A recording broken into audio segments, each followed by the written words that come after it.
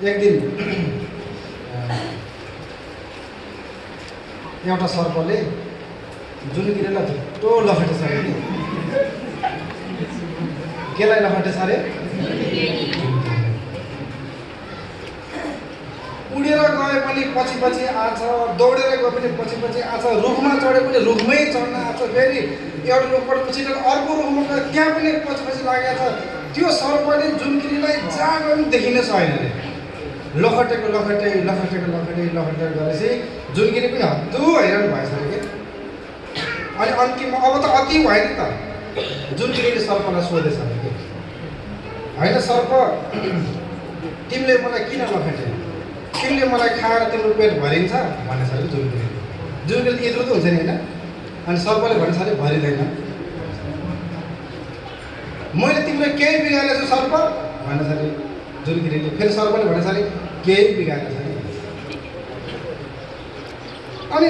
मैले केही बिगारे पनि छैन मलाई खाएर तिम्रो पेट भरिँदैन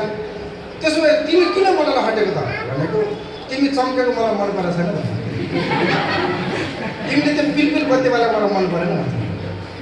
त्यो पिलपिल बत्तीवालाको मन नपरेर तँलाई मारेर छोड्छ भने लखेटेको कि सर्प क्या गजब सानो कहानी छ नि होइन वास्तवमा जवान अवस्था त्यस्तो हुँदो रहेछ कि हामी जवान अवस्थामा हुन्छौँ अनि जवान अवस्थामा हाम्रो सुन्दरता पुरा निखारिएको हुन्छ सबभन्दा सुन्दरी हुने समय हो नि त यो त होइन र भने साँच्चीकै सुन्दरी भने मैले फेरि बाँदर नै भने होइन बाँदर सुन्दरी भन्ने रहेछ नि तर साँच्चीकै सुन्दरी भने मैले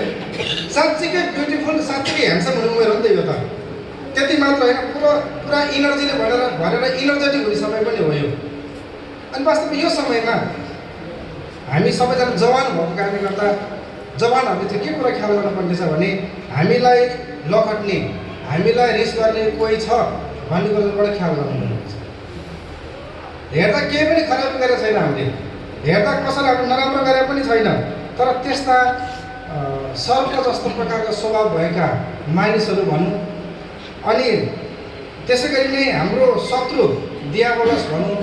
अनि त्यसले चाहिँ हाम्रो त्यो चम्केको अवस्था हाम्रो सुन्दरताको अवस्था हामी परमेश्वरको महिमा गरेको अवस्थालाई देखेर लखेटिरहन्छ अनि यो सत्य कुरा पनि हो बाइबलले बारम्बार भनेको छ अनि सचेत रह जागा रह तिमीहरूको शत्रु दियावलस कसलाई भेटौँ र खाइहालौँ भनेर गर्जने सिंह चाहिँ खोजिन्छ होइन बडो होसियार हुने समय पनि हो र यो समयमा हामीले बडो अनुशासनलाई पालन गर्नुपर्ने समय पनि हो र आफूले आफैलाई अनि प्रभुमा सुरक्षित राख्नुपर्ने अवस्था पनि हो र यो समयमा